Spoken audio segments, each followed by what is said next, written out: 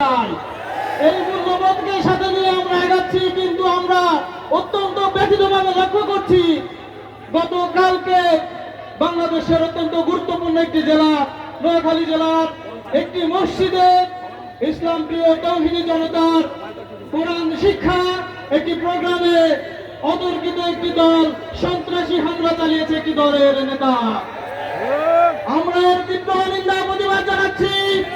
বাংলাদেশের অন্তর্বর্তী সরকার এবং স্থান যাতে করে সাধারণ শিক্ষার্থীরা সাধারণ মানুষেরা আমাদের দিকে দিন দিন ঝুঁকে যাচ্ছে, কাজ ঘটিয়েছে।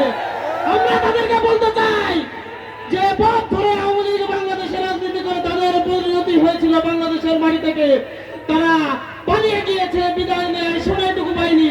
তোমাদের পরিণতি তার থেকে ভয়ঙ্কর হবে যদি বাংলাদেশের মানুষের এই মূল্যবোধকে বুঝতে না পারো। একটি রাজনৈতিক দলের কর্মকৌশল এবং তাদের কার্যক্রম যদি জনসমর্থিত না হয়, তাদেরকে বাংলাদেশের রাজনীতি করার কোন নৈতিক অধিকার আছে বলে আমি মনে করি না।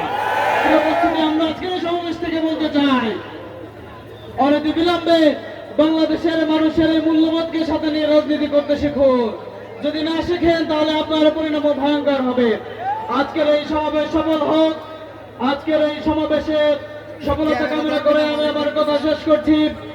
বাংলাদেশ জিন্দাবাদ, বাংলাদেশ জামাত ইসলামী জিন্দাবাদ, ইসলামী ছাত্র শিবির জিন্দাবাদ।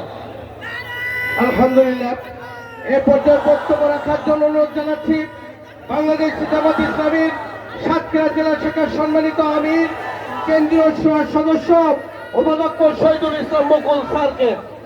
বক্তব্য পেশ করছেন জনাব উপাধ্যক্ষ শহীদুল ইসলাম মুকুল। আসসালামু আলাইকুম ওয়া রাহমাতুল্লাহ।